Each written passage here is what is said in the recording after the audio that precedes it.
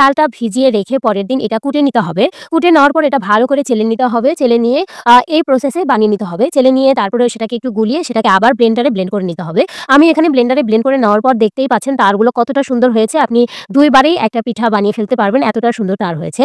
আর আরেকটা কথা বলি সেটা হচ্ছে মিশ্রণটা খুব বেশি ঘন করবেন না। আবার একেবারে পাতলাও করবেন না। যেরকম ভিডিওতে দেখতে পাচ্ছেন আরকি।